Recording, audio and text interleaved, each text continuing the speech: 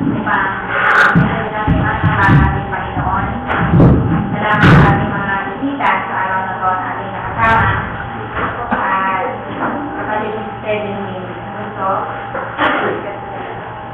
Salamat sa Diyos na nakatingin mo natin siya sa araw na ito.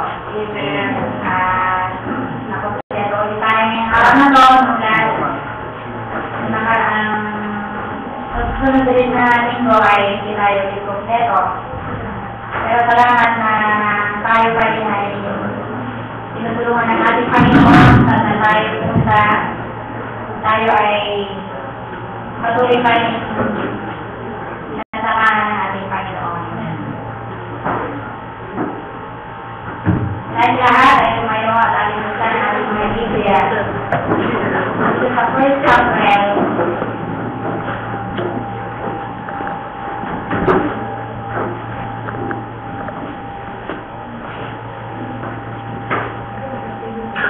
chapter 17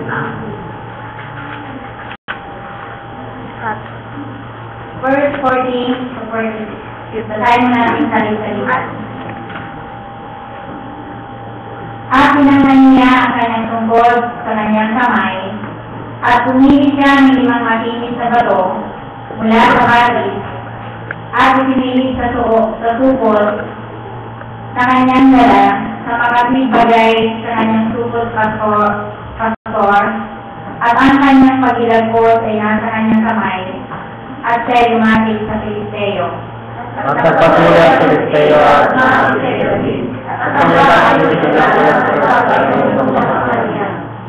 at nang tumingin ang Filisteo at makita si David, ay kanyang niwala na kabuluhan siya sapagkat siya'y bata pa at mapula ang pisngi at may magandang liga. sinabi ng Filisteo ay David, ako ay ato, ikaw ay mapalit sa akin ng may pagkakot. At sinabi ng Filisteo ay David, mamita ng kanyang mga dulo. At sinabi ng Filisteo ay David, halika, at aking ibibigay ang iyong laman sa mga ibon sa iyong papawid at sa pangangayong ng para. Ang kapatid ay sinabi ni David sa Filisteo, ikaw ay napapalit sa akin ng may pagkakot at may naging sipat ay kalasat. Ngunit ako ay naparito lawan sa iyo sa pangalan ng Panginoon ng mga hukon ng Diyos ng bawat araw sa iyong hapon. Sa araw nito ay bibigay ka ng Panginoon sa aking kamay at sasaktan kita at pupuhulan ko ang ulo mo at ibibigay ko ang mga bangkay sa upo ng mga Filisteo sa mga ibon sa ipapawid sa araw nito at sa mababangis na hayop sa lupa upang maalaman ng buong lupa na may Diyos sa Israel. Tayo malangin, hindi natin may alipas ang paunan.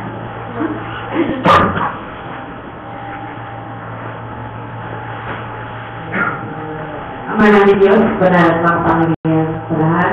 Salamat sa Diyos sa iyong mga banal na salita na siyang pagbabatayan namin sa aming pag-aaral sa umaring cross. Salamat sa Diyos sa iyong kagandahang loob sa aming buhay. At sa araw na ito, mayroon kang mensahe sa bawat isa sa amin na Diyos. Kaya tulungan mo na ang aming Ama, pag-isipan sa aming puso't kaisipan, upang nulungan maunawaan na iyong mensahe na Diyos sa bawat isa sa amin. Kami sa iyong lingkod na Diyos, na itinayong mo sa likuran ng pulpito. Dalangin po namin na Diyos na pahiran po siya ng nais. Pagpasahan ng kanyang buhay at mag-usap nawat siya o Diyos. Na hindi saray ng kanyang sarili, kundi ikaw po o Diyos ang mag-usap sa pamagitan ng kanyang bibig. Alam po namin o Diyos, ng iyong lingkod, ay lubos na umaasa na ikaw ang gagamit sa kanya sa araw nito. At umaasa po kami na sa buong panahon ng aming pag-aaral nito, manahanggan na nawang yung pag-ibig sa aming kalangitnaan. At ang isang ng Espiritu siya magsayos ng lahat ng aming gagawin sa umaga ito. At ang aming pagsapa o Diyos ay malubos sa inyong nakilang harapan. Kaibigan namin ng mataas na pagpulis pagsapa sa inyo sa pamagitan ng minsay sa umaga ito o Diyos. Patuloy po na ang pakanin ang iyong iglesia sa lugar nito. Ay salamat po Ama at ang buong katagumpayan ng iyong gawain ay amin na pong pinangkin sa pagkatagat ng ito'y aming hiling sa makapangyariang pangalan na aming Panginoon Jesus.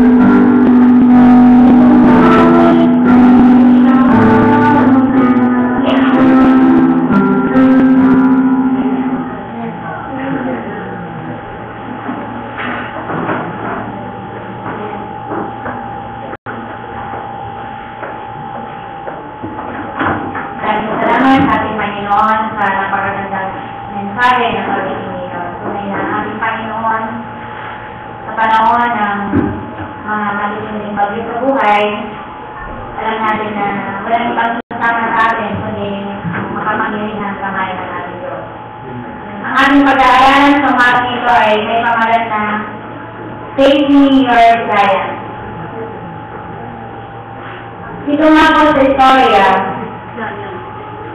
ng buhay ni David noong panahon na ang mga Pilisteo ay ibigugugin ang bayan ng Israel. Si David noong panahon yun, siya ay isang bata pa. Subalit, nakita natin kung paano siya sinamahan ng ating Panginoon. Ginamit man Diyos si David na pagpos ng pananampalataya sa ating Panginoon at kahalapin ang higante na si Goliath. Ano si Goliath? 9'9" ang kanyang height. Sino ba dito? 6 footer na eh. Diba? Sino ang pinakamatangkad dito? Ang height niya is 9'9". Ang kanyang bigat ay 175 pounds. Mula sa umaga hanggang gabi, nilalayas niya ang bayang Israel. Nilalayas niya ang Diyos ng mga Israelita. Kaya, ang kanyang ginagawa sa araw na yun, for 40 days, may isang buwan, diba? Naroon yung mga army. Sa katunayan niya, naroon yung mga kapatid David na kanyang pangalan sa kanya, yung first tatlong kapatid niya, naroon na hindi na umuwi dahil sa matinding pagbaka. Si David, nung siya inutusan ng kanyang ama para dalahan ng pagkain ng kanyang mga kuya, nagaling pa yung kanyang kapatid, diba? Na sinabi, bakit andito ka? Dapat andun ka sa pasulan dahil napakabata ka para pupunta dito. Subalit nung marinig ni David na nilalayas ng mga Israelita ang kanyang Diyos, inisip niya na hindi niya kayang i-accept sa kanyang sarili na laitin ang Diyos ng kanyang mga magulang. Kaya na ako, di ba nag-volunteer siya? Pumunta siya kay Harrison para sabihin na siya yung lalaban kay Goliath. Dito sa 17:46, sa araw na ito ay ibibigay ka ng Panginoon sa aking kamay at sasaktan kita at pupubutin ko ang ulo mo at ibibigay ko ang mga bangkay sa upo ng mga Pilisteo sa mga ibon sa ipapawid sa araw na ito at sa mababangis na hayop sa lupa upang maalaman ang buong lupa na may Diyos sa Israel. Kaya ito pananampalataya ni David sa mga oras na yun. Na sinabi niya, ipapakita ko sa buong bayan nito at sa lahat ng mga taong umaalpusta sa bayang Israel na buhay ang Diyos na mga Israelita. At si David ay hindi siya natakot. Sa kanyang bulang-bulang hindi siya natakot kay Goliath. Bakit? Ano ba ang mayroon kay David? Si David ay tumayo dahil sa pangalan ng aming Panginoon. Tayo bilang mga Kristiyano, kumakaharap tayo, we are facing giants in our Christian life. Maraming mga pagsubok na ating nakaharapin sa ating pananampalataya. At pinakailangan hindi tayo dapat magtago. Amen. Sa mga giants na yan, na mga pagsubok na yan na ating kakaharapin, na running away, hindi natin dapat takbuhan, at huwag din tayong matakot. Bakit? Sapagkat God is greater than our giant. Masigit na malaki ang aming Diyos kaysa sa mga pagsubok na nasa ating harapan. Amen. Si Paul, sinabi niya sa Ephesians chapter 6 verse 12 na ang ating pagkikipagbaga ay hindi lamang sa laman at tubo, kundi ayon sa Espiritu. Sabi niya, nasabi ko, sapagkat ang ating pagkikipagbaga ay hindi lamang sa laman at tubo, kundi laban sa mga pamumuhan, laban sa kapangyarihan, laban sa mga namamahalan ng kadimang ito sa sanglibutan, laban sa mga ukol sa espiritu ng kasamaan, sa daw kailaasan. Kaya sinasabi ni Pablo, nakita niya at sa pakikipagbaga ay magana siya. Maging sa pakikipagbaga physical, ginilagi siya. Kaya patuloy lang, dahil sa espiritong sumasa kanya, Kaya naroon naging matindi ang pakikipagbakas kanya. Nakipagbakas siya sa mga bulaang mga kapatid, sa mga apostol na kanyang, sa mga bulaang propeta na naglalamig ng tupa, nakipagbakas siya dyan. Sapagkat ang ating pakikipagbakas sa panahon ito ay pakikipagbakas hindi laban sa laman, kundi laban sa Espiritu. Sa Espiritu, walang bago ang diabo. Kaya nga po, ang Diyos binigyan tayo ng gipon para tayo to kill the giant that stands before us. Na tumatayo sa harapan natin. Si David, nung marinig niya yung hamon ni Goliath, ano ang ginawa niya? Kumuha tayo ng 5 magigilis na bato at niyon ang kanyang ihaharap kay Goliath. Diba? At ito mga stone na to, itong 5 bato na to, may isang nire-represent at gagawin natin i-spiritualize natin itong 5 bato nito. There are 5 things we need to face the giants in our life. Meron daw ng bagay na pinakailangan makataasin para mapaglabanan natin yung mga giants sa buhay natin. Una, sabi niya, the Spirit of God. Kinakailangan natin yung Espiritu ng Diyos. Sabi niya dito sa 16:13 ng 1 Samuel, napagdatayo ay sinuha ni Samuel ang tunay ng langit at pinalilan niya sa gitna ng kanyang mga kapatid. At ang Espiritu ng Panginoon na makapagyalihay, sumakay David mula sa araw na iyon hanggang sa harapin, gayon bumangon Samuel na napasarama. Alam niyo si David, para pa siya ay pinili na ng Diyos. Amen? Pinili na siya ng ating Panginoon. Bakit? Nakita ng Panginoon yung puso ni David na mayroon siyang mababang kalooban. Kaya yung flesh, sabi nga, is no match for Goliath. Ang flesh na to, ang katawan na to, ang ating sariling karunungan, ang ating sariling lakas, hindi natin pwedeng ipantay sa mga problema ng mga pagsubok na darating sa ating buhay.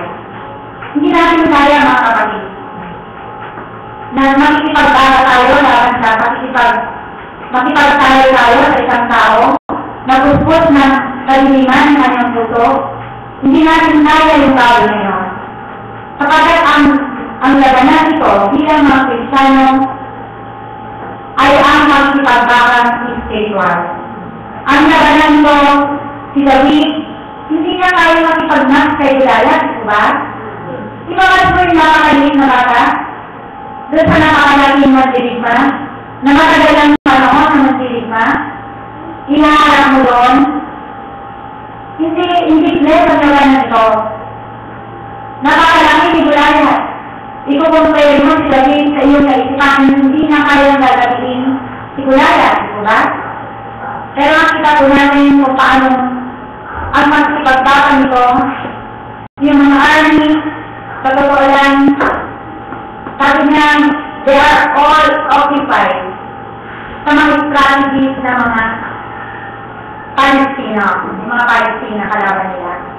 Iniisip nila na ito ang gagawin natin, day and night, nagbabantay sila doon sa hangganan, para hindi sila mapapos ng mga Pilisteo. Para yun ang kanilang ginagawang tricks na paraan. Naroon mga matatawag na magsipagdigma. Pero, makita natin umabot sila ng 4 na buong araw, nandoon pa rin sila. Na hindi nila kaya na makipagharap, lalo na doon yung nabilang sinakadiro, mayroon silang bigas, si Goliath, na magdirima. Marami silang mga back-up. Alam niyo ang diablo, may mga back-up din yan eh. Kapag gumagawa ko ng kasamaan, may mga back-up yan. Nasumuntukaw sa kanya. Subalit sabi ng ganito si David, bilang pinili ng ating Panginoon na sumasa kanya yung Espiritu ng Diyos, hindi siya natakot sa ilan rin yun na nasa kanyang harapan. Kaya sabi niya dito sa Zacarias na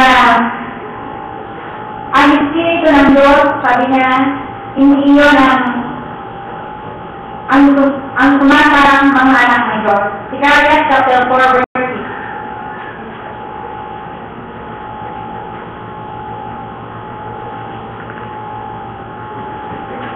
Kung nakita niya nga, pwede makita.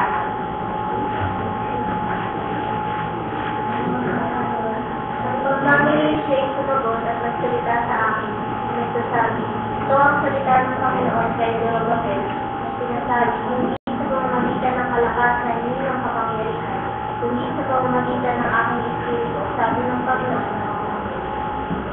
Kaya napakaliwanag po dito na sinasabi ni Zacarias na ang pagkipagbaka, sabi niya, ay hindi sa pamamagitan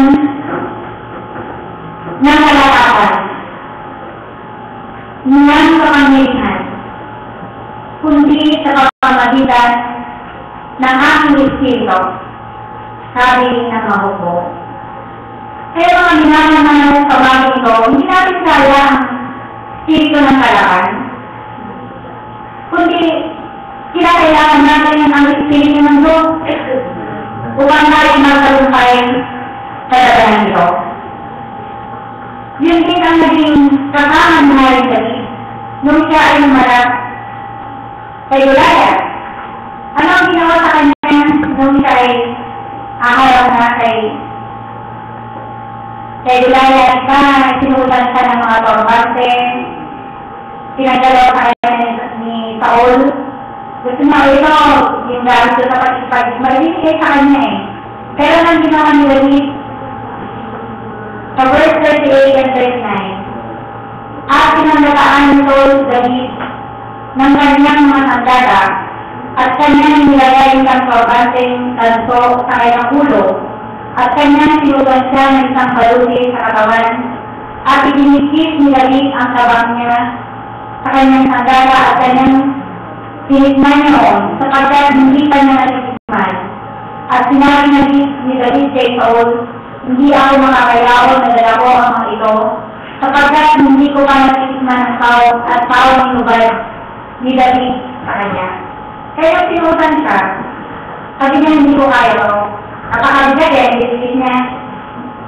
Mayroon siyang mga breastplate yan, sinuot sa kanya. Pero sabi niya hindi ko pwede dito dahil hindi na siya makalakad. Kaya nang ginawa niya, tinagal niya. Ano ang nasa kay David ng mga oras na yun? Na hindi sa pamamagitan ng mga material na kanyang effort na maaaring gawin niya yung kanyang kalaban, kundi ang kanyang inibig at ang kanyang nasa puso sa ibutpos ng pananampalataya sa ating Panginoon. Kaya lumakon siya at handa niyang harapin kung ano man yung nandoon sa kanyang harapan. Di ba napakaganda? Sa buhay natin, sabi niya, the battle will not be won by flesh. Sa totoo lang, napakarami tayong mga kilala na mga naging matagumpay ng mga Kristiyano o ng mga alipin ng ating Panginoon, ng mga lingkod ng Diyos, na nakonquer nila, kagaya ni Jose, nakonquer nila sa Kanaan. Yung Kanaan na yun, diba? Linikod-likod na nila. Hindi sa pamamagitan ng kanilang lahat, kundi sa pagsunod din sa ating Panginoon. Kasi naiputin ninyo, latinay na ito ang gagawin ninyo, at ibibigay ng Diyos sa inyong kamay ang inyong kaaway. Kaya napakaganda. At pagkatapos na nakulpor nila yung Kanaan. Sino pa? Nung panahon ni Gideon. Di ko ba? Napakaraming mga kami na naroon na kasama niya. Pero dahil nakita niya ang Panginoon, yung mga iba doon na hindi talaga naging totoo yung kanilang pakikipagbaka, yung kanilang puso. Sabi ng Diyos, ito ang gagawin mo. Manhinili ako At dahil sa mga ito, ibibigay ko sa inyo ang medalita. Nangyari po ba yun? Dahil sa 300 na mga matatapat na mga lingkod ng Panginoon, nagating nila yung mga Israelite. Lahat sila lingkod dahil mayroong vision at mayroong 300 na nakita yung kanilang puso ay naging matapat sa ating Panginoon. Kaya na po, kung meron ang ipagbago nito, mapapagod tayo. Nakakapagod mga kapatid. Magulupay kayo, magawalan na ng lahat. Kaya dahil sa yung Espiritu ng Diyos na tumakaan niyang mga anak, ito ang magbibigay ng tagumpay sa bawat isa. Kaya yun ang ating laging nasabi sa ating buhay. Alam niyo, sinabi ni David, mawala na lahat sa akin, wag lang ang iyong Espiritu o Panginoon. Nakita ni David kung gaano kahalaga yung kanyang sipanan sa kamay ng Diyos. Kaya inasan niya yung bagay na yun. Si David ay kakalibangan yung kanyang naging karanasan kay Saul. Si David, nung nalaman niya na itinakita sa kanya ng Diyos na siya ay nagkakaya, ano ang kanyang ginawa? Inamin niya. Inamin niya yung kanyang kasalanan. Hindi pinagpuble, hindi pinagtago. Dahil hindi naman tayo makakatago sa ating Panginoon. Diba? Lumapit siya sa Panginoon. Panginoon, nagkakala ako sa'yo. Nagsisi siya sa kanyang kasalanan. Ikumpara mo siya doon sa naging karanasan ni Saul. Nung nakita niya na nagkakala siya sa Saul, anong ginawa niya? Anong ginawa ni Saul? Di ba itinalo niya ang kanyang kasalanan? At sinabi niya kay Samuel, "Tirahan mo naman ako ng maunting karamalan sa bayang Israel." Pero hindi mo ba ang kasalanan kailanman ay walang karamalan niyan? Walang maiiwang karamalan sa'yo kapag ikaw ay gumawa ng kasalanan. Kaya bilang mga anak ng Diyos, napakahalaga kagaya ni David. Itinago niya yung salita ng Diyos sa kanyang puso. At siya'y nagtamo ng kalina sa harapan ng Diyos. Kaya ginamit si David mula nung bata siya, nung i-confer niya at magbubukan niya ng ulo si Goliath, nakita namin hanggang sa tumanda anong sinabi ni David sa kanyang sarili, sa kanyang puso, na ang Diyos ang kanyang saklolo. At sabi niya, bagaman ang isang mundo ay matong laban sa akin, dahil may titiwalay ako, at isang bagay ang aking hiningi na ako'y makatahan sa bahay ng Diyos sa lahat ng araw ng aking buhay. Bilang mga anak ng Diyos, maging sa akin ngayon, at alam ko ang individual na karanasan ito, na alam kong bawat isa ay naghahanap na makatahan sa bahay ng Diyos sa lahat ng kalawan ng ating buhay. We need God's Spirit. Kailangan natin ang Espiritu ng Diyos upang malalaman ang Espiritu ng kasamaan na ito.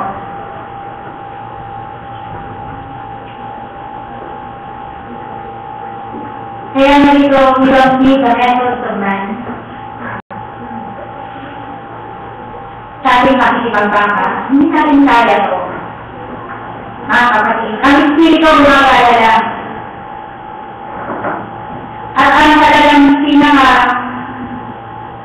pinaka-effective, sabi niya, proven, kahit sa Old Testament time, tignan natin yung mga matagumpay na naging mga lingkod ng Diyos. Ano yung nag-prove sa kanila?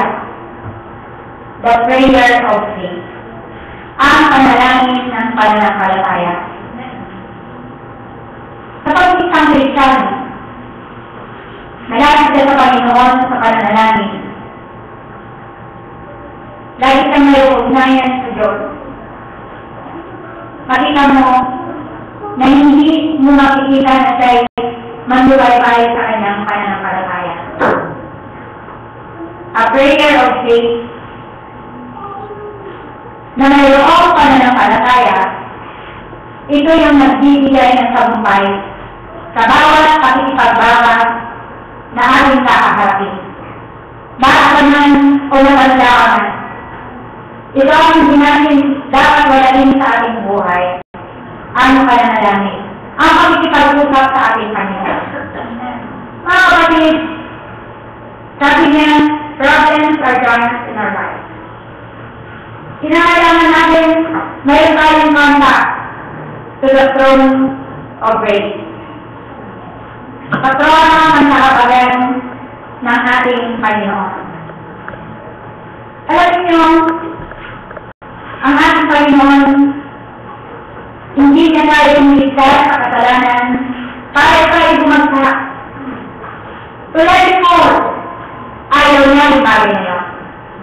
At interesado ang ating Panginoon sa ating pagkakagupay.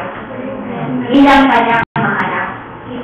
At bilang mga lingkod din ng ating Panginoon, hindi rin natin hinangad na ibagsak ang sinumang kapatid. Kundi ang hangad natin ay makita sila na nagkakagupay. Kaya ako tumarin ito, napakagandang mawawala na sa atin sa panahon ng kapagsubukan pag tayong buwalay sa Panginoon sa pananalangin. Alam niyo, dumating yung pagsubok na ito sa buhay namin. Ang naging luman lang namin, walang iba ang ating Panginoon. Kaming buong pamilya. Nagkaisa kami sa pananalangin. Sa panahon ng kapagsubukan, maaaring mga kaibigan mo magbibigay yan. Natin ulit pa. Maaaring wala sila sa panahon ng iyong kapagsubukan. Pero laging present ang ating Panginoon. God is always present, even sometimes we feel He is absent. Pinapasalamat kami sa Panginoon na hinawakan kami ng Panginoon sa pananalangin. At may mga kapatid na talagang sincere, na talagang tumamalit sa amin, na nagbigay ng hamon sa panahon ng kapagsubukan. Pinapasalamat ako sa Diyos na wala talagang ibang paraan na makakatulong sa akin sa panahon niyon. Sa mga iba, in His fleshly work, in His material work, makita mo kung minsan ang tao, kapag nalang isang kagabi, ipopost niya sa Facebook, di ba?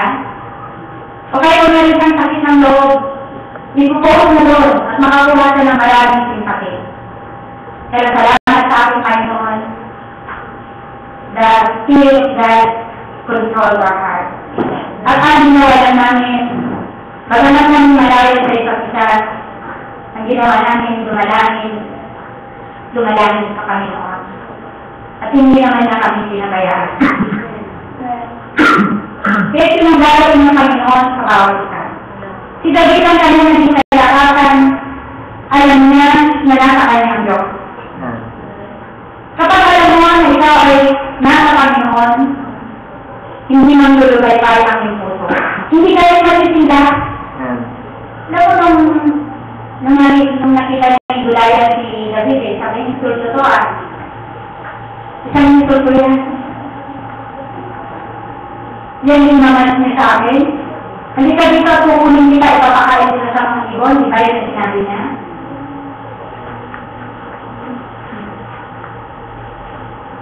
Kaya yung narinig niya, na itinatawag na sabi sa kanya mga Diyos, sabi na, kaya natin ito sa word.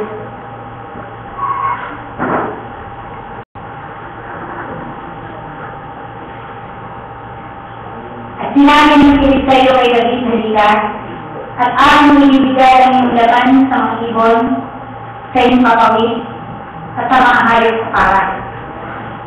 At sinabi pa niya ito, at sinabi ng Filisteo kay David, ako ba ay aso? At ika'y marinig ko sa akin na may mga tungkol, at nilalit ng Filisteo sa David sa pamamagitan ng kanyang Diyos. Kaya ayaw natin na yung ating Panginoon ay mapupulaan sa pamamagitan ng ating buhay. Di po ba? Kaya lang sinisikap natin yan. Sinisikap natin na to keep our heart to God. Maging yung ating pamilya. Maging yung pamilya ng Diyos. Hinilig natin yan. Iniingatan natin yan. Pero kailanman ay hindi natin kukonsitin ang anumang kakalanan. Dahil ang kakalanan ay may kapasahan. Walang iba kundi kamatayan. Kaya ang iglesia ng ating Panginoon, nalakad yan sa pagkakarumpay. At alam ko ang isang anak ng Diyos na mayroong mababang kalooban. Kapag mayroong siyang nagawa sa kanyang puso, o mayroong man siyang magkukulang, o mayroong pagkakamali sa kanyang buhay, ang dahil ng ilapit yan sa ating Panginoon. At tayo, bilang kanyang anak, sinusuportahan natin yan. Na mayroon siya. Na makapamuhay siya. Para sa ating Panginoon. Amen. Kaya sabi na dito, iniintaya tayo ng ating Panginoon. Sabi na dito, giants are placed in our lives to grow us in the Lord. Para tayo lumago sa pananampalataya. Sabi na dito sa Numbers, chapter 14, verse 9.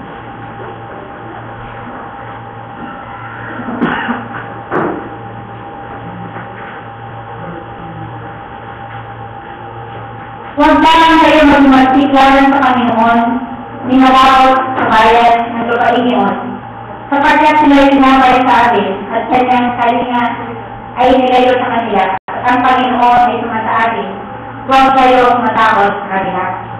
Kaya huwag tayo matakot, mga kapatid. Dahil ang mga bagay na dumarating sa ating buhay, sabi niya dito, ibinibigay yan para tayo tumatag sa ating pananampalataya. At hinahamon ko ang bawat sa umagang ito na naman yung mabigat na pagsubok sa iyong buhay.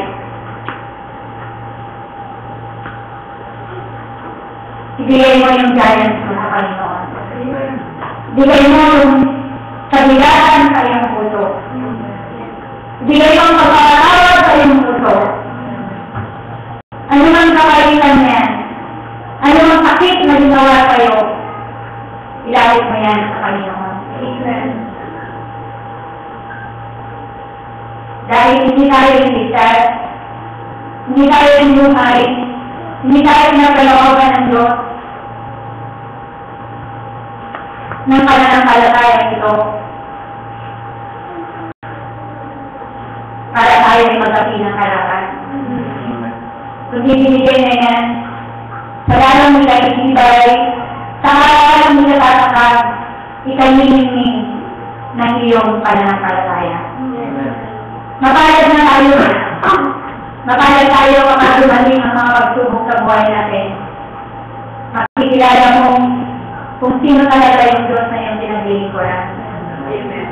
Makikilala mo rin yung mga tao na kapaligid mo na yan pala sila nagmamahal sa'yo. Makikilala mo yung mga totoong tao sa panahon na magbibigay ng pagsubok sa iyong buhay. Na nariyan lang sila. Maaaring ikaw ay gagawin nilang tuntunan para sila makita. Okay na natin yun. Hindi mo tutungtong tulungan ka para tungan sila. Okay na. Basta ang mahalaga, hindi ang Diyos ang siya magbabagsak kayo. Ang mahalaga, ang Diyos ang siya magtataas sa atin. Amen. Ito Diyos ng ating Panginoon, hindi gawain ng isang anak ng Diyos, na itatayo natin ang ating sarili. Amen. Hindi natin kailangan yan. Sabi nga ni Dad Arthur, sa kanila na lang lahat ng karangalan. Basta ang mahalaga, makapagpatuloy tayo sa harapan ng Diyos. Makapagpagano tayo sa Panginoon. Basta ang mahalaga, makapanatili tayo sa harapan ng Diyos. Na nagdilikod. Na mayroon pagbabahan sa kanyang dakilang harapan. Pinapakaganda na ilalagay lahat sa kamay ng Diyos ang lahat. Kaya ni David, sabi niya ang pakikipagdako nito ay hindi sa akin, kundi sa pangalan ng Panginoon, pupugutan ko ang yung ulo, sabi niya kay Ilaya. Kaya parang ganun din ang ating maging prinsipyo. Wala pinipiling edad ko na kinakailangan tayong dapat magtagumpay. Kahit bata ka pa, sa tagumpay ka sa Panginoon. Kung saan patatalo sa anumang disappointment sa buhay mo. Kundi ang isipin mo kung ano ang iyong tipanan sa Diyos. Kung ano yung mga pinakapinako ko sa Panginoon, patulong ng Diyos, hindi natin kaya inilabanan ito. No one tayo sa physical. Hindi natin kaya physical. Mauubos ang lakas natin. Mga kapatid. Hindi pa natin alam kung ilang panahon pa na tayo na nanatili sa mundo ito. Pero sabi nga, thousands of battles, thousands of victories. Mahirap kung wala na tayo battle. Diba? Wala na rin tagumpay. Diba mas masaya? Nakita yung mga nakikipag-gera. Kapag nanalo sila, diba mayroon silang songs of battle? Yung victory, songs of victory. Kumakabot na yan. At yun ang ibig na mangyari sa buhay ng bawat isa sa atin ng ating Panginoon. Natagayin natin ang dalitan ng pagtatagumpay ng mga Kristiyano. Tumagin ito. Mga minamahal, mga anak ng Diyos, kailangan natin mapanatili ang Espiritu ng Diyos. Dahil napakahirap na kapag yung Espiritu ng Diyos ay hindi na pala tuman sa atin. Lumayo na pala sa atin. Yun ang ayaw natin mangyari. Pangalawa, sabi niya, na kinakailangan na sa atin para maharap natin yung mga giants of life, our past experience. Si Samuel ay si David, bago na umarap kay Goliath, marami na siyang karanasan. Una, nung siya nagpapastol ng mga tupa, marami na siyang mga napatay ng mga magagamit na mga hayop na pwedeng labayon ng kanyang mga alagang tupa. Diba? At alam natin na napakaliit niya para gawin yung bagay na yun. Pero alam mo ba yung heart ni David? Yun ang dala-dala niya. Dahil sa ang Diyos ng kanyang mga magulang ay isang Diyos na buhay, inaukita niya lagi ang ating Panginoon. At siyempre, tumakaan niya ang ating Panginoon, kaya binibigyan din siya ng Panginoon ang lahat ng strategy para makapagtagumpay siya. Dito sa verse 22, at sinabi ni David kay Saul, huwag mag-iwayway ang puso ng sinuman dahil sa kanya. Ang iyong lingkod ay yayaon at makipaglaban sa Filisteo nito. At sinabi nito kay David, hindi ka makakaparoon laban sa Filisteo nito upang makipaglaban sa kanya sapagkat ikaw isang bata at siya isang lalaking nasisigma mula sa kanyang pagkahala. At sinabi ni David kay Saul, ang iyong lingkod na nag-aalaga ng mga tupa ng kanyang ama At pagka mayroon sa isang Diyos, isang puso, ay tinukuha ang isang kordero sa kawan. Ay lumalabas akong nahabol ko siya, at aking sinasaktan, at aking hinihiligtas sa kanyang bibig, at pagka nilalulungan ako ng aking pinapamahan, at aking sinasaktan, at aking pinapatay.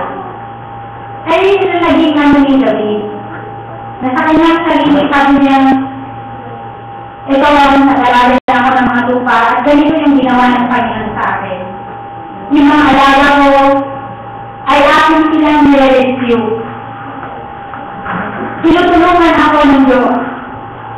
Di ba? Bawat isa sa atin, meron tayong magagandang karanasan kayo dito. Our past victory, yung mga nagdaang mga tagumpay sa ating buhay, na makita natin yung mga pananampaninyon kung gaano nagdala sa atin ng malaking tagumpay sa ating pananampalataya. At maaaring na yun, na sa panahon ka na maaaring malikit na kalaban.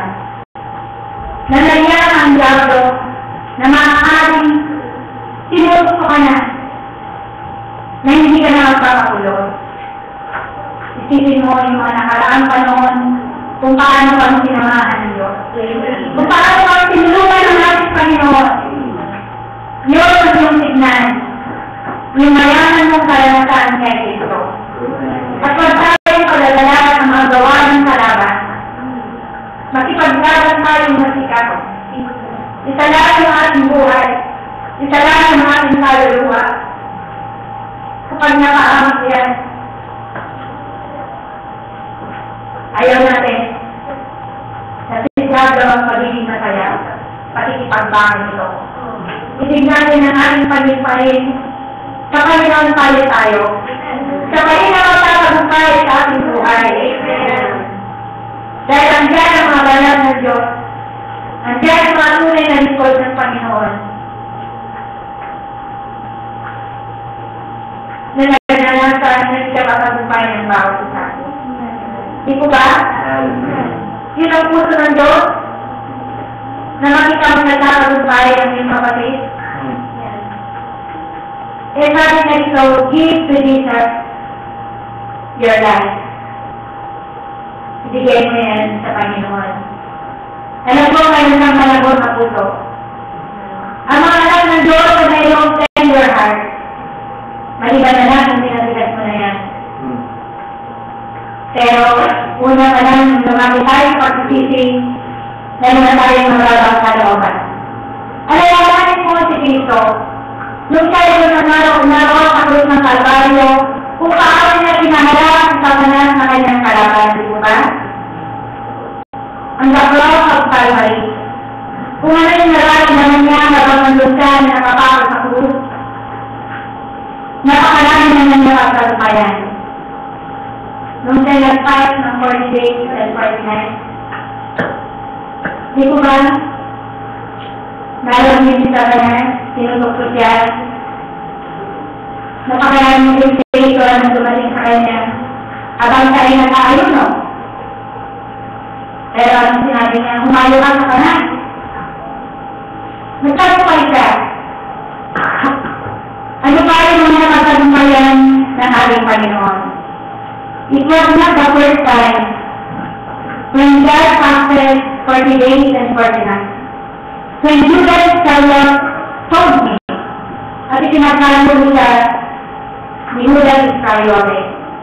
Eh sabi niya ng Panginoon eh, gawin mo na agad, huwag mo na ako ngayon sabi. Kung sino yung nakakagulat ko, siya na nga, diba sinabi na yun? Dahil kaya ka-faithful sa Panginoon yung bagay na yun. Kasakalaman niya, dahil ang disipulo niya. Gawin mo na ang ito ko. Nagtagumpay pa rin hanggang sa doon sa krus, inalagay sa korte, sinulang yung mga sumusunod sa kanya. Ilan lang yung mga naging matapat, naging brave na sumunod sa ating Panginoon. Iba yung sa Mary. Sumunod na si Pedro eh. Pero, hindi ba yun? Natakot ka rin ka. Hanggang sa, nung sila sa Golgotha, nandun yung Tatlong Mary. Hanggang doon sa ibingan, hindi maisip Tatlong Mary. Kaya makita mo yung kanilang katatakan sa Panginoon. Naodo talagang nakaka-painful yung ginawa sa kanya hanggang nakabayubay niya sa krus. Nasaan na yung mga tao niyon na pinagaling niya ng mga panahon niyon? Nasaan yung mga taong pinakain niya? At ay yung mga sinisigaw ng musana, nilalagay niya mga damit, mga palagkas, doon sa kanyang harapan. Di ba tawagan niya lahat? Nag-disappear sila.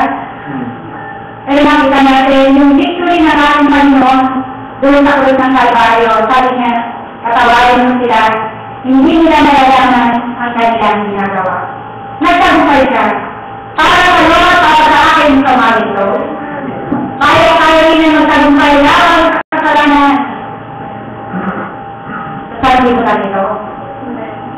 Kaya ito pa rin magtatagumpay sa ulit panahon na ito. Kaya huwag mong lupay tayo ng ating puso. The giants of disappointment, giants of sickness, giants of failure, giants of resentment. Ano ba ang mga giants na yan? Na nasa ating harapan. Tinatagumpayan na ng Panginoon doon sa krus ng Kalbaryo. Kaya sabi niya ito, parang experience. Isa yan at kinakailangan natin panghawakan upang maharap natin ang mga pagsubok sa isang harap. Kung paano naman pinangalan ng nakaraang panahon, kaya ka rin ng sinatan ngayon maging sa araw ng bukas. Kaya sabi niya dito sa sabi niya dito sa verse 45. 47.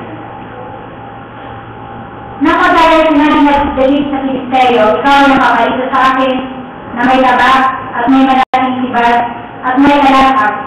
Ngunit ako'y napaliko laban sa iyo sa pangalan ng Panginoon ng maupo ng Diyos ng kawan ng Israel na iyong hinahamon. Sa araw na ito ay bibigay ka ng Panginoon sa aking kamay. Tatakpan kita at pupugutan ko ang ulo mo at ibibigay ko ang mga bangkay sa upo ng mga Filisteyo sa mga ibon sa ipapawid sa araw na ito at sa mga gamit na ayos sa lupa upang maalaman ng buong lupa na may Diyos sa Israel. Kaya sa rin panlaban ni David, hindi lang yung Espiritu ng Diyos na sumasa kanya, yung nakaraang karanasan niya, kundi ang kanyang pinamahawakan, walang iba kundi ang salita ng Diyos. Kaya sabi niya, sa pangalan ng Panginoon, ibibigay kita. Pupugulan ko ang iyong ulo. Ito ba? Kaya nandito, si David, naging matapang siya dahil ang kanyang confidence, ang kanyang tiwala, ay nasa kamay ng ating Panginoon. Kaya huwag tayong matakot sa giant. Ay nakakatakot siya. Diba? Si Goliath, hindi mo yung mukalat niyang nakalitaw. Yung pinumotray nga nila, ewan kung sinong nakakita talaga kay Goliath sa kanilang mata na talagang, ito lang ang nakalitaw parang mata. Sa kapitid, siyempre, kaya nga nagsasalita siya yung mata, yung noo, ang bibig. Hindi natakot si David. Buntakan niyang hinarap yung bagay na yun, yung kanyang kalaban. Sapagkat sa kanyang sariling lakas, hindi niya yun kayang labanan. Kaya yung mga pagsubok sa buhay na to, ibinibigay yan ng ating Panginoon, hindi para tayo ay inisari, kundi para tayo ay magtagumpay at lalong lalong gumamit yung ating relasyon sa Diyos. Di ko ba? Meron na akong nabawat sa kwento. Yung isang bata, sabi niya, nung lumabas siya sa kanyang tahanan, sinagat siya ng bubuyo. Hindi ko pa nasubukan makakagat ng bubuyo. Pero masakit Sino nasubukan ng makagat ng bubuyo dito? Hindi lang isa. Dalawa. Ayun, sige daw, kinagat na ng bubuyo. Nung kinagat niya ng bubuyo, iniyak siya sa mami niya. Iyak siya, kapait-pait yung iyak niya. Mami, sabi niya. Ivy, sabi niya, sana hindi na lang nilayang ng Diyos yung mga gili. Sana hindi na dalawin na ng mga gili. Tapos, kinumumfort ka ng mami niya. Siyempre, sino ba naman ang mami na nakita mo sugatan na yung anak mo susugatan mo pa, di ba? Siyempre, kukumfort mo na siya. Gagamutin mo na yung sugat niya. Tutulungan mo siya, makumport siya. Kaya hindi naman ang mami niya, muha sa rin ng GID. Ipinainom niya. Wow, mami, sabi niya. How sweet, sabi niya. Sarap naman ito. Hindi na to. Isa, sabi ng mami niya, ito, dapat ano ba yung dapat ba na ngayon? Ano yung nag-give? Ano ba na nag-give yun? Nabalaman na sakit, diba? Sakit. Pero after all, may matalim na bunga. Parang ganyan yung pagsubok sa buhay natin. Pagkatapos ng bagyo, pagkatapos ng hiling, ay mayroong liwanag. Ganyan ang ating Panginoon sa atin. Hindi maaaring buong panahon na ng buhay mo, puro na lang hiling, puro na dilanan, kundi sumisikat din ang araw. Sa kamay ng ating Diyos. Kaya bigay mo yung buhay mo sa Panginoon. Sa buhay nito, dumarating talaga yung mga bagay na yun. Hindi tayo umuula sa Bed of Roses na walang may bagay na tayong kakaharapin. Diba? Pagkuha mo naman ng roses, pwede kayong matinig na. Matinig, dahil may mga tinig siya. Hindi namin sabihin, bakit hindi na lang puro roses at wala ng tinig? Hindi na natin pwede kwento natin ang ating Panginoon. Kaya, sa buhay natin, bilang kanyang mga anak, full of blessing. Full of trials. Behind that, mayroon din blessing. Mayroon din kakamitan. With a sweet communion with God. Kapag nakipag-communion tayo sa Panginoon, makikita mo mga kapasalamatan ng bayan ng Panginoon na nakakabuti pala niya sa ating buhay. Mas marami tayo palang bagay ang dapat natin ipagpasalamat sa ating Panginoon. Sa kanya ng lahat, makita mo, tinuturuan ka pa rin pala ng Panginoon. Sa lalong ikalalago mo, sa lalong mong ikalitibay, sa lalong mong ikalitindig sa kanya. Dahil kung minsan, ginagamit din niya ng Panginoon to teach us, para turuan tayo. Para maging napangkapan tayo. Para maging vessel niya tayo of honor. Di ko ba, pinilinan tayo? Pinisino tayo ng ating Panginoon. Sa pagdaan ng panahon ng ating buhay. Kasi hindi naman tayo lahat perfect na kaagad eh. Kaya naman perfecto na dito. Baka si man perfecto na siya. Ako, I'm not perfect. Individually sa harapan ng Panginoon. Bilang isang Kristiyanong na lumalakad at nagnanais na makita ang ating Panginoon. Sa bawat araw ng ating buhay, We are in the school room of improvement sa ating mga buhay. Kung may mga bagay dyan, iwasin natin yung mga bagay ngayon. At tumuhin ang mga bagay na nilagay ng Diyos sa ating harapan. Upang tayo ay magtagumpay. Dahil hindi kayo iniwan ng Diyos sa magsaka. Nahiya ang mga anak ng Diyos. Nahiya ang mga matatapat na anak ng Diyos. At higit sa lahat, ang Diyos ang sapat na ating kaibigan. Si Jesus ay kaibigan. Diba? Sinatay ni Patty Crosby. Dahil si Patty Crosby,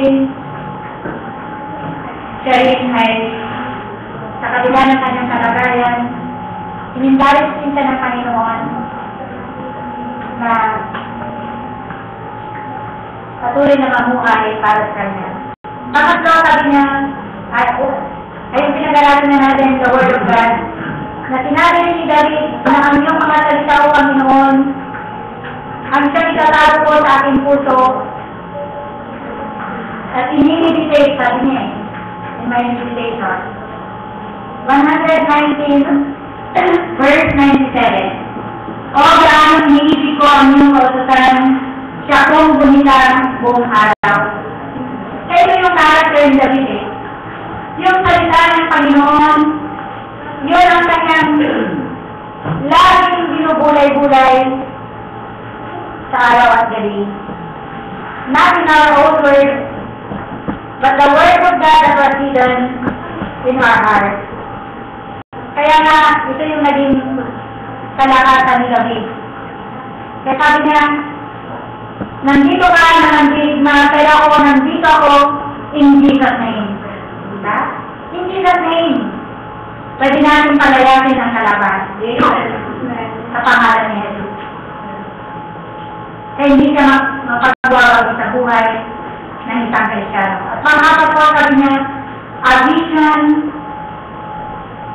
vision of something new. Sabi nga dito sa verse 47, dito po sa ating teksto,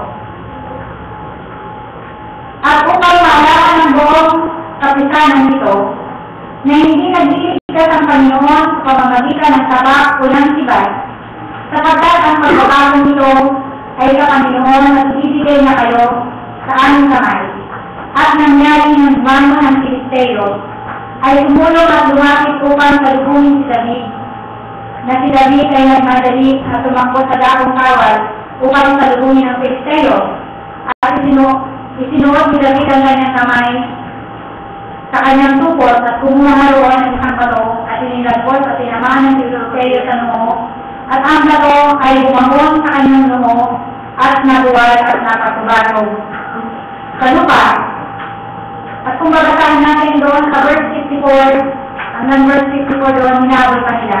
At kinuha ni David ang uri ng Filisteo at dinala sa Jerusalem, ngunit kanyang nilagay ang sandalan niya sa kanya at mga tolda. Hinabol sila hanggang doon sa Gat at sa Ekron. Kaya hindi sila niya pinubutan Hindi na lang niya binilitan ng direct si Goliath.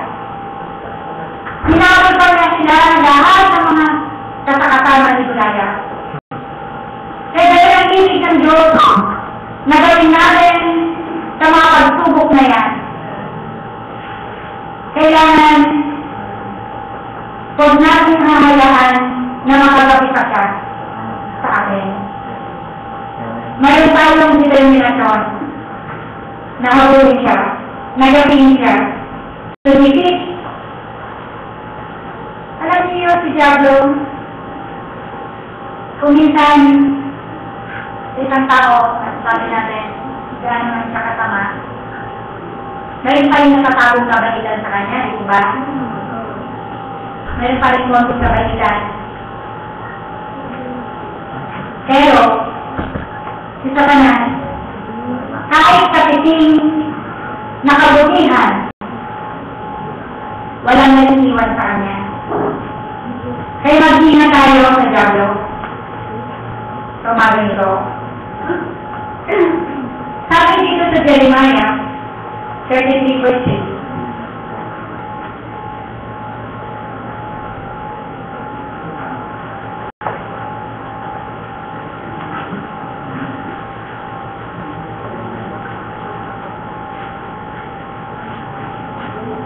Tumawag ka sa akin, at ako'y sasagot kayo, at ako'y magpapakita sa iyo ng mga dakilang bagay, at nahihingi mo ng alalaman. Ito daw yung telephone number ng mga Kristiyano. Ano yun? Dial 333. Sabi niya, tumawag ka sa akin, at ako'y sasagot kayo. Hindi nagana yung linya. Hindi daw naging busy. Yan, ginagawa nila na yan eh. Hindi busy ang ating Panginoon. Kundi, pag tumawag tayo sa Kanya, nandiyan na siya. Tutulungan na tayo. Ay lipunin ng gusto ang kalaban.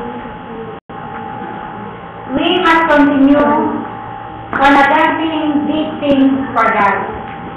We must not be satisfied with what God done in the past, kundi maging tayo hinaharap, ibig pa rin natin nagapihin ang Diablo. Kaya nga dito, ibig ng ating Diyos na manatili tayo sa Kanya. Yung big something na ating nakikita sa inarap. Panghuli sabi niya, a heart full of faith. Yung puso daw ng punong-puno ng pananampalataya. Panghuli na po itong verse natin. Dito sa verse 32. At sinabi ni David kay Saul, huwag maglupay-pay ang puso ng sino man dahil sa kanya. Ang iyong lingkod ay yayakon at makipaglaban sa Filisteo ito. Kaya sinabi ni David, huwag maglupay-pay ang iyong puso o harang ni David. Sapagkat si David ay mayroong matibay na pananampalataya sa ating Panginoon. Dito mo, hindi na siya naging galit kay David eh. Sabi niya, bata ka pa, ano nang sinasabi, di ba? Kaya mo ba ito, ilagay mo ito, sandata ka. Kaya sa kaligid natin minsan, maaaring hindi lahat na i-encourage ka pa eh, na magpatuloy. Maging yung kanyang mga kapatid, di ba? Mga faithless, yung mga nandoon. Ikaw, nandito ka, dapat nandun ka. Pinagalitan pa nga siya eh. Yabang-yabang mo, hindi nandun pa si David. Ng kanyang kapatid. Sana nalupay pa niya yung kapatid ni David. Kasi yung supposed din na nag-encourage sa kanya, wala.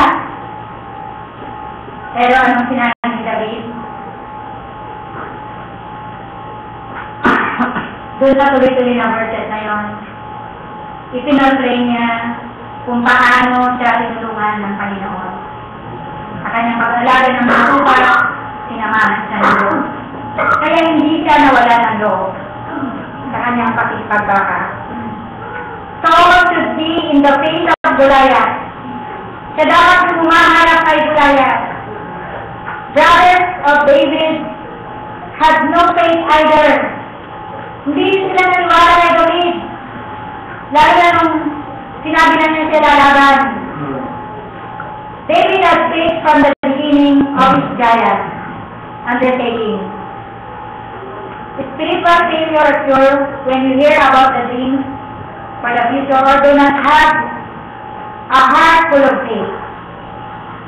Kaya nga dito, maaaring manghihina ang iyong loob kapag gano'n ang makikita mo sa iyong paligid. Pero hindi sa lahat sa umaga ito, nakakaganda, tignan mo si Hari David. Tignan mo kung paano siya na-conquer yung kalaban. At tignan mo rin kung sino yung Diyos na yung pinag-iinsuran sa umaga ito. Ang Diyos ng ating mga magulang. Ang Diyos ni Abraham. Ang Diyos ni Isaac. Ang Diyos ni Jacob. Ang Diyos ng mga naunang sa atin ng mga apostol. Yun pa rin ang Diyos na ating pinaglilingkuran. Hanggang sa mga oras na to.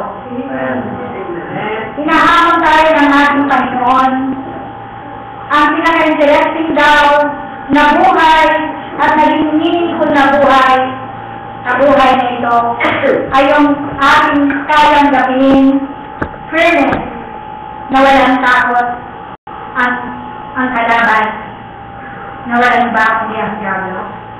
Ang mga pagsubok sa buhay na yan na ibigay mo sa paanan ng ating Panginoon upang ikaw ay magtagumpay. Paano natin haharapin ang mga giants natin kung hindi tayo kakapit ng mundo sa ating Panginoon sa umaga ito? Kaya mo ba yan? Hindi natin kaya ito, di ko ba? Pero kaya kanyang pagtanggol ng ating Panginoon. Kaya kanyang tulungan. Kaya kanyang ibangon sa mga oras na ito. Bibigay mo ang iyong buhay sa Diyos. Bibigay mo sa Kanya ang iyong buong tiwala upang muli Kanyang tutulungan sa pamahan Kanya, pagtatagumpayan Kanya sa lahat ng iyong mga kalaban. Bawat isa sa atin, hangad ng Diyos ang pagtatagumpay ng bawat isa. Tayo lahat ay tumayo. Manaming Diyos, salamat po Ama sa inyong pag-ibig sa amin sa umaga ito. Hindi ko namin kaya, Panginoon, na magbigay ng hamon sa mga nangingi ng loob, sa mga mayroong mabibigat sa pagsubong na kinakaharap sa kanilang buhay. Pero kaya mo, Panginoon, na magbigay ng hamon sa bawat isa. Sa umaga ito, Panginoon, hinihiling ko namin ang iyong walang daw tulong sa amin. Ibig mo, Ama, na harapin namin ang mga giants sa buhay namin. Nakasama ka.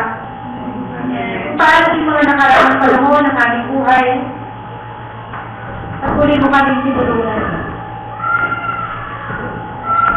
Hanggang sa mga oras na ito, alam namin na nandiyan ka, narito ka, nasamahan kami, Panginoon, upang patuloy na makapagtagumpay sa inyong dakilang harapan. Kaya habang inangawit ang maliting ito, inaalinyan ko ang sino man na mayroong pangangailangan sa Panginoon, nalagitan niyo siya sa umagang ito. Sa mga mayroong karandangan, ibigay kayo ng pagkakataon ng Diyos.